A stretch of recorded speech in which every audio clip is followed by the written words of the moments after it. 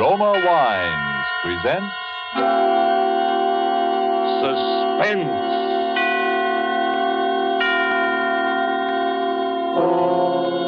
Roma Wines, made in California for enjoyment throughout the world. Salud. Your health, senor. Roma Wines toast the world. The wine for your table is Roma Wine, made in California for enjoyment throughout the world. The Roma Wine Company of Fresno, California welcomes you again to this weekly half hour of Suspense. Tonight from Hollywood, Roma Wines bring you as stars Miss Ida Lupino, currently being seen in Warner Brothers in Our Time, and Mr. Vincent Price of 20th Century Fox, soon to be seen in the Darrell F. Zanuck production Wilson. For the appearance of these two distinguished screen personalities, Lucille Fletcher has written a suspense play that deals with brooding anxiety and sharpening suspicion, played against the severe and forbidding background of the late Victorian era. And so with Fugue in C minor, and with the performances of Ida Lupino and Vincent Price, we again hope to keep you in suspense.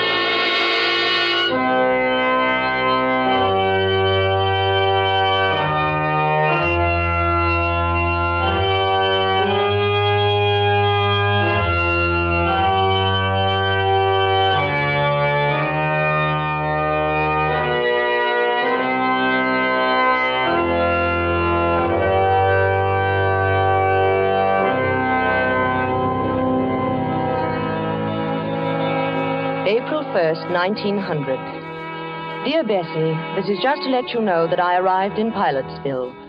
Lizzie met me at the station. She's heartbroken about Papa's bankruptcy and for some reason feels that it's up to me to remedy the family situation. I told her I'd been offered a job, but she swept away that idea in horror. A girl with your looks, Amanda Peabody, doesn't have to get a job. There are too many rich husbands floating around for that. Furthermore, she says she has a rich husband already picked out for me right here in Pilotsville. Don't you remember? I told you about him at Christmas time. He's a Mr. Evans, rich as Croesus, charming, cultured, a lonely widower with two dear little children.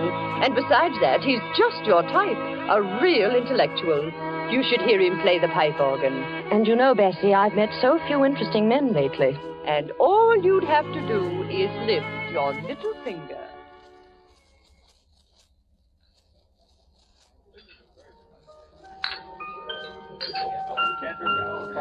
Mr. Evans. Oh, good evening, Mrs. Chumley. How delightful to see you here. I'd like you to meet my sister. Mr. Evans, my sister, Amanda Peabody. Delighted, I'm sure. It's a lovely party, Mr. Evans. Thank you, Miss Peabody. Have you just come to Pilotsville? Yes. She's down from New York visiting me after the whirl of the hectic social season. Oh, indeed. Well, I'm afraid our Pilotsville society must seem a bit dull to you, Miss Peabody. Oh, no, not at all. It's charming. I've enjoyed everything so much tonight. Your beautiful house, the music. I hear you're going to play for us, Mr. Evans. Oh, a bit. Do you care for organ music, Miss Peabody? Oh, very much. I never miss a church recital. But what a luxury it must be to have your own pipe organ right here in the house. I'm afraid I couldn't do without it. It's my hobby, you know. Bach, Buxtehude, César Franck. Don't you adore their work? Oh, Amanda's very musical. You should hear her render The Burning of Rome. Yes. And the delightful thing, of course, about having a pipe organ in the house is that it's everywhere. To sit at a keyboard and hear the walls, the ceilings, the floors vibrate. You see, Miss Peabody, I've had the pipes installed all over the house. Under this floor, for example, are all the choir stops. Up in the bedroom walls are the stops for the swell manual. In the great 32-foot pedal stops, the giant diapasons are underneath the staircase. My children sleep next door to the echo chamber. So, you see, we live like angels here in a paradise of music. How thrilling. Now, ladies, come upstairs to the second floor landing, won't you? And I'll show you the console. It was made for me in Vienna.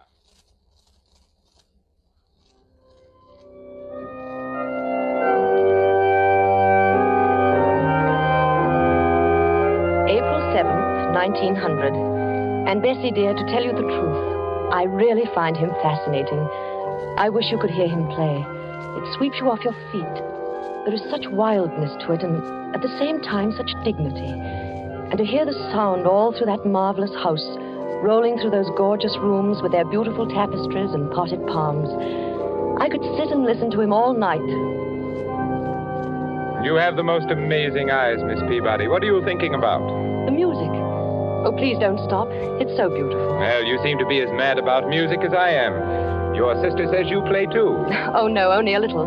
My appreciation of it is all inside, I'm afraid. That's plenty. If one can't play, it's better just to enjoy the music of others. I can't bear this sentimental drumming, can you? I shouldn't think you would enjoy it. The idiotic tunes people play nowadays. Give me the old stern classics. They have strength and power. Give me something with life to it, something that will flood the whole house with sound.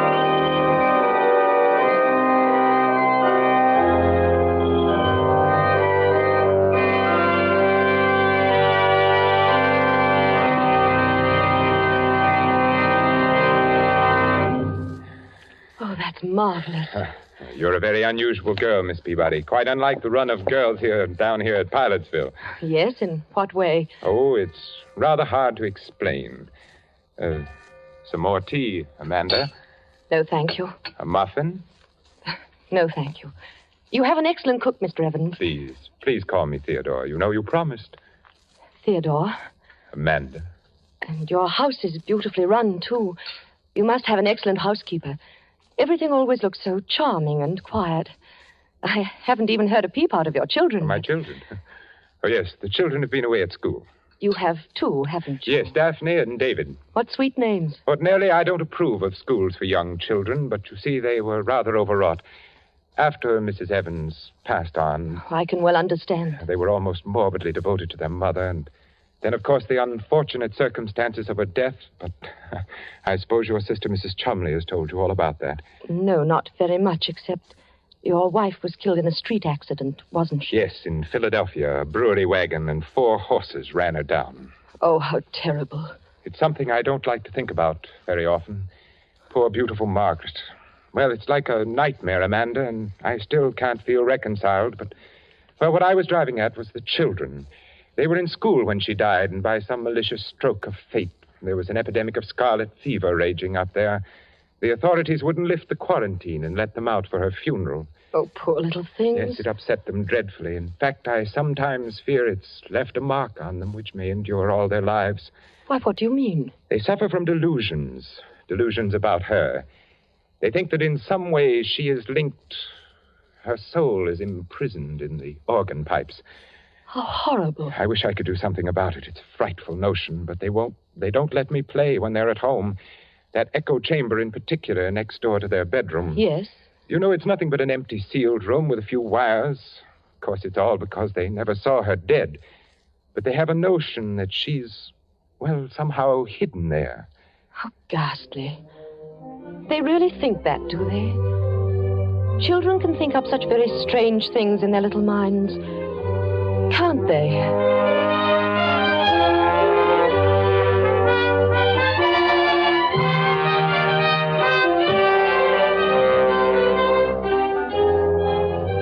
Tonight, for Suspense, Roma Wines are bringing you as stars Miss Ida Lupino and Mr. Vincent Price, whom you have heard in the prologue to Fugue in C minor. Tonight's tale of suspense.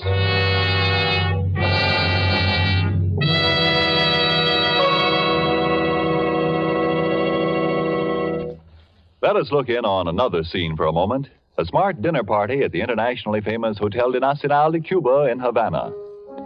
One of the guests, a world-traveled American, sets down his wine glass and remarks that a truly fine wine always carries the unmistakable flavor of the particular vineyards from which it comes. Well, then, laughs his Cuban host, you must be homesick for California right now. For the wine you are enjoying so much is from America, from California. It is Roma wine. Yes, it's true. Our own wonderful vineyard country in California produces in Roma wines that discriminating people in other lands esteem as an imported delicacy. Yet you here at home can enjoy these distinguished Roma wines for mere pennies a glassful. You pay none of the expensive overseas shipping charges and duties. Daily with your meals or when entertaining or any time, you can delight yourself with the wonderful flavor that comes from age-old winemaking traditions perfected by modern quality controls and tests. Yes, only pennies a glassful for a treat you are certain to enjoy. For remember, Roma wines are America's largest selling wines. Roma, made in California for enjoyment throughout the world. And now it is with pleasure that we bring back to our soundstage Ida Lupino as Amanda Peabody and Vincent Price as Theodore Evans in Fugue in C minor. A tale well calculated to keep you in suspense.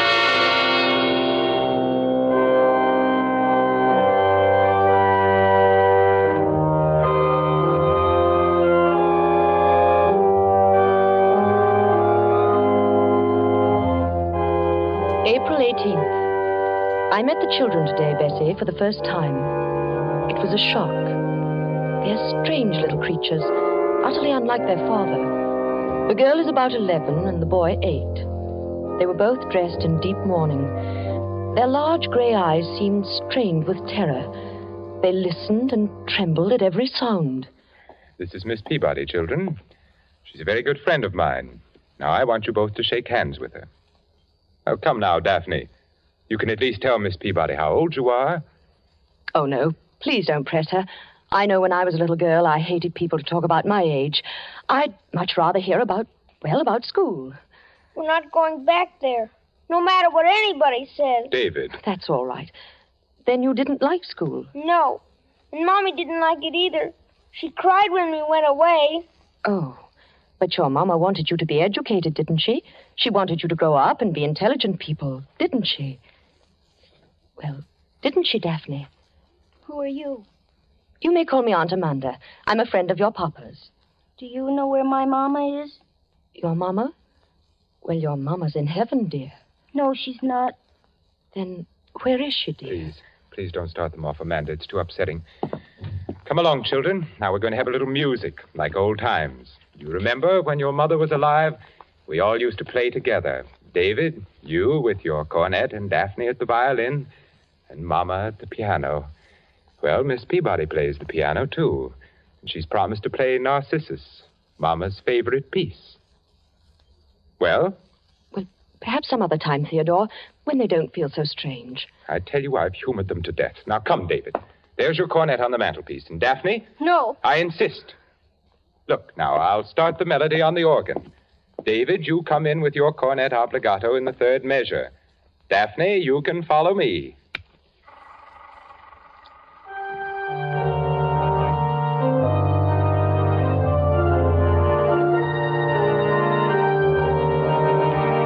What's that? Come along, children. What's that note? That note making that funny noise. What note? Oh, you mean that? Oh, that's just a cipher. A wire must have stuck somewhere. One of the pipe valves. It's Mama. That's where Mama is. She's calling for us. Now, don't be silly. I'll just hit the key a few times and it'll stop. You've heard these ciphers before, haven't you, Miss Peabody? Well, I don't know much about pipe organs. It's a common technical occurrence, but very annoying, of course. What is she doing in there? Why doesn't it stop? That's where she is. She's in the pipe and she can't get out. Daphne, stop that nonsense. Oh, hush, dear. Your Papa will fix it. No, he won't. He can't. She won't let him because he killed her. Daphne, what did you say? Oh, she didn't mean it, I'm sure. The poor little thing's hysterical. We should never have tried to persuade them. Oh, Amanda. Just because they never looked upon her face, because they never saw her lying there in the coffin. Hush, hush. My own children believe that I am a murderer. Theodore, you're making them both sick. As though I who loved their mother so much, who was so devoted for 12 years... Do I look like a murderer, Amanda? Do I? No. There it is again. It's Mama. It's Mama. Shh, dear.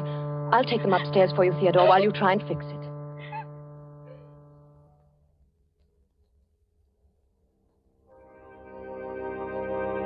April 24th. Oh, Bessie. Those poor little children.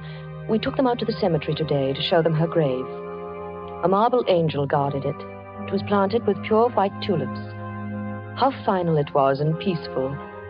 And yet they began to tremble again the moment we set foot inside the house. Poor Theodore. The man is nearly out of his mind. What can he do? I keep asking myself that question. She died in Philadelphia, you say? Yes, on May 15th, just a little less than a year ago. You weren't with her? No, she went there to take a piano lesson. There was a new teacher she'd heard about. She was always so self-conscious about her technique. But she never reached his studio. They notified me at midnight from the city morgue. And no one in Philadelphia saw her? No one except the attendants at the morgue, of course, and the people who picked her up after the collision. It was such a brutal accident. But there'd been no one from among them who could speak to the children, explain to them? Oh, no. Oh, it's so horrible, so sordid. Oh, I know, my dear. I hate to make you suffer. But if we could find some way, if they could just believe. When you brought her back here to Pilotsville, there was a funeral. Yes. And was there anybody then who saw her? Oh, no, I couldn't bear it, Amanda. I didn't think at the time. She'd been so beautiful. Her lovely, sweet, gentle face and her eyes. The horses had completely trembled. Oh. Even if the children had been able to come home, I wouldn't have let them look. The coffin was sealed when I left Philadelphia. I didn't want to see her again myself. But there was a funeral. People came. There were flowers, an undertaker. Yes?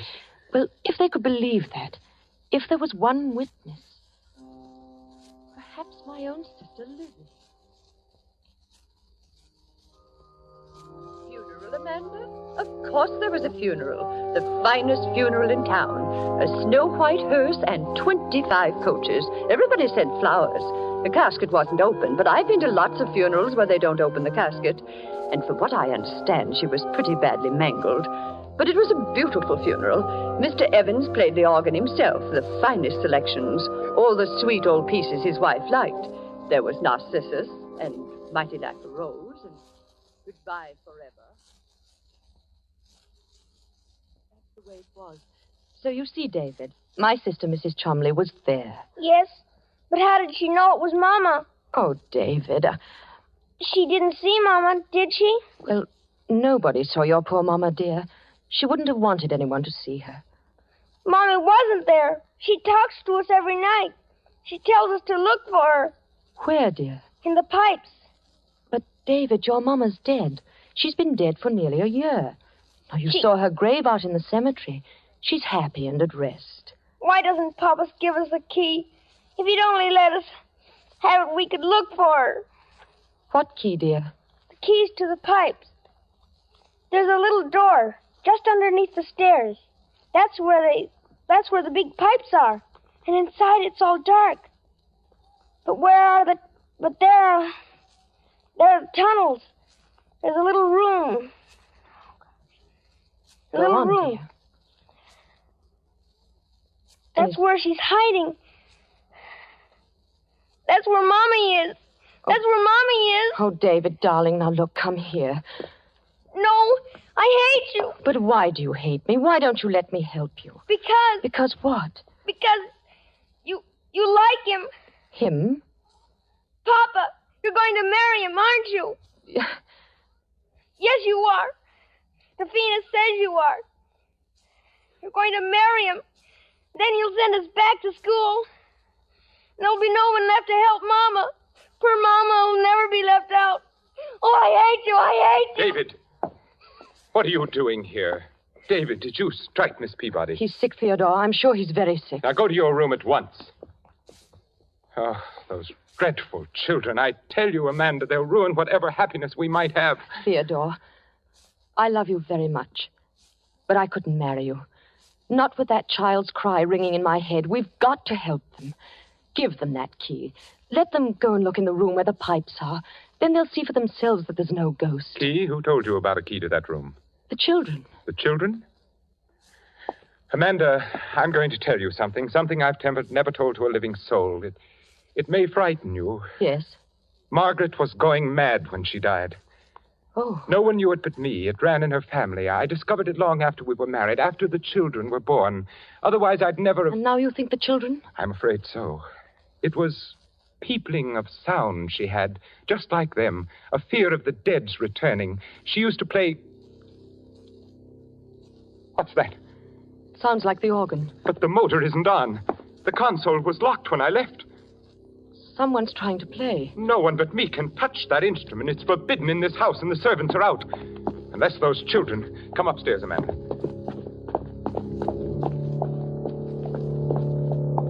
Theodore. Why, there's no one here. No one at the keyboard. The organ's playing itself. That's impossible. The motor's not going. The motor? Yes, it sets the bellows going. There's no air in the pipes unless it's on. No air to make the pipes speak. It's impossible, I tell you. Perhaps the children found the key and got in. Key? No. The key's here in my pocket. There's no other way in. No. Theodore, open that door. Go in there and see what's happening, please. No. Theodore. I won't give in. I won't be a prey to it. Do you hear? I won't. I won't. Here. It's stopped now. Yes. It was probably nothing but the wind. Theodore, give me the key. I'm not afraid. Are you saying that I am? I don't know. But I'll be fair with you, Theodore. I couldn't marry you and live here with that any more than your children can. What do you mean? Rip out those pipes. Rip out the whole pipe organ. Give it to a church, but don't keep it here. Get rid of it's the not pipe worth organ. It. Yes. But I couldn't. The whole house was built around it. It's been the very soul and spirit of this home. It's been the curse, you mean. Theodore, I know I'd go mad, too, if I had to listen to it night and day. It's so hollow. To think of those pipes so huge down there in the darkness. I'd begin to hear things, too. Oh, Be quiet. Be quiet. Come outside. We'll take a walk. No, give me the key. Give me the key. You're hysterical, Amanda. I'm sorry I've overburdened you. Why don't you want to go in there? Is it because you know something? You did something? What do you mean? Did you kill her? Amanda. Very well, Amanda. Here's the key. If that's the way you trust me, we'll go down and look around together. Come now, Amanda. I'm sorry, Theodore. It slipped out. It was a dreadful thing to say. It's all right, I understand. Yet it hurts a little. I've trusted you so completely, Amanda. Theodore. Yes, Amanda? Let's not go in there. I do trust you, darling. I believe everything you've told me. No. This little key. To think it should mean so much. How black it is. Yes, pitch black. And cold. Where are the pipes? I can't see them. Come in further, Amanda. You'll see them as soon as your eyes grow accustomed to the darkness. The biggest pipes pack this well under the great staircase like giants. Oh, yes, I'm beginning to see them now. Shouldn't we go and get a candle? Oh, no. Go in a little further. Be careful. The floor's a maze of wires. Now stand there for a second. Theodore, don't leave me. I won't be long. I thought you said you weren't afraid. No, I'm not only... Where are you going? Just upstairs to play for you. Theodore. I'd like you to hear how the music sounds in the darkness. It's quite an experience being so close to the pipes. You know, narrow, suffocating, especially when I play the great Passacaglia and Fugue of Bach. Oh, Theodore, please. I don't want to stay Perhaps here. one of the Rheinberger symphonies or the great chorales of César Franck. Margaret, of course, preferred Narcissus. Margaret? You're very gullible, Amanda. Then you did kill her. You killed her in this room. And you're going to kill me. Yes, simple, isn't it? But why? I don't Why? know. One gets tired every now and then of mere music. Sometimes the classics demand competition. A scream, for example. There's something so exciting about pulling out all the stops and drowning out all human sound. Have you ever tried to match your voice, Miss Peabody, against the thunderous voice of Bach? It's most effective. And then when the struggle gets weaker, when the air is almost gone and you choke and gasp for breath, to bring the music down softer, softer. Theodore, you're mad. You're mad. Come, Amanda. Would you deny me that pleasure? No. I Help. promise you the concert Help. won't be too long. It takes about 8 hours before the air gives out. But you know, I could play for days. And don't worry about the children. I think you've convinced them about the ghost. What's that? Theodore. Someone shut the door.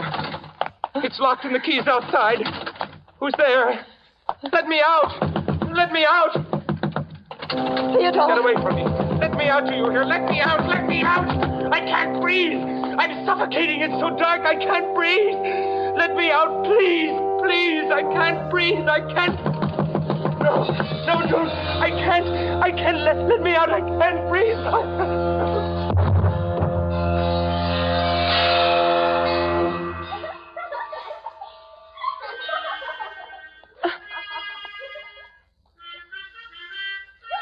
Theodore. Theodore! Let me out! Let me out! He's dead! He's dead! Daphne, David, where are you? Open the door! Help me! Help me! Oh, no! No!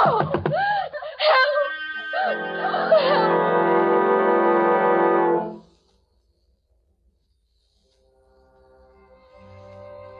May 1st, 1900. I shall be coming home in a few days, Bessie. I still can't sleep at night. I still hear that laughter.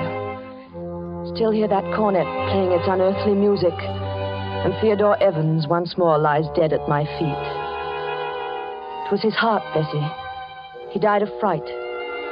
In those few moments, he anticipated the hideous fate he had meted out to so many. And I might have died there if he had not gone so quickly. But the children hated me. They wanted to kill us both. Those terrible, pathetic children. What horrors they must have sensed in that charnel house. There were other women beside his wife. The police found them all buried and stuffed away into unused parts of the pipe organ. Bessie, I was in that pipe room alone with him for 4 hours before that door creaked open.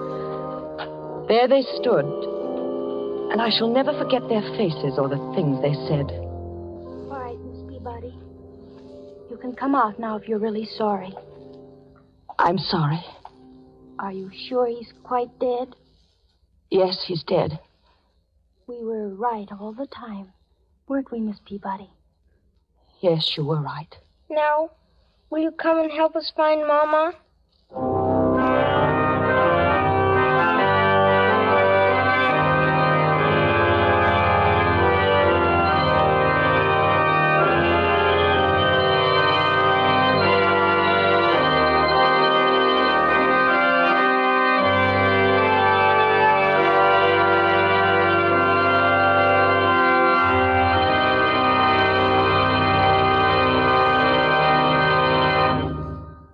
And so closes Fugue in C minor, starring Miss Ida Lupino and Vincent Price. Tonight's tale of Suspense. Suspense is produced and directed by William Spear. Of all the rich treasures man gets from the earth and Mother Nature, none has been more highly esteemed than wine, good, delicious wine. And if you are one who does not yet know how much and how delightfully Roma wines add to your meals, well, let me urge you not to miss out any longer on such a treat as this. There's nothing complicated about it. Just get and serve Roma wine with any meal or any time in any kind of glass you wish. Serve it chilled. Try the many different kinds of Roma wine until you find those you like best of all. Try Roma California Sherry with its wonderful nut-like flavor as an appetizer, or ruby red Roma Burgundy, or the deliciously delicate flavored Roma Sauterne. These superb wines cost you only pennies a glassful, and yet they make even the simplest meal taste like $1 million. Get some today, and if your dealer is temporarily out of Roma, please try again soon. You owe it to yourself to have and regularly enjoy R-O-M-A, Roma Wines, America's largest selling wines, made in California for enjoyment throughout the world. This is Ida Lupino. Mr. Spear has just been telling me a little about next week's suspense show. The star will be Thomas Mitchell in a story about a man who had headaches, tried everything to cure them, finally went to a psychiatrist, and found out that he was a murderer. Now, that certainly sounds like a broadcast we listeners won't want to miss. One more word. Don't forget to buy that war bond this week. Next Thursday, same time, you will hear Thomas Mitchell and Donald Crisp in Suspense. Presented by Roma Wines, R-O-M-A, made in California for enjoyment throughout the world. This is CBS, the Columbia Broadcasting System.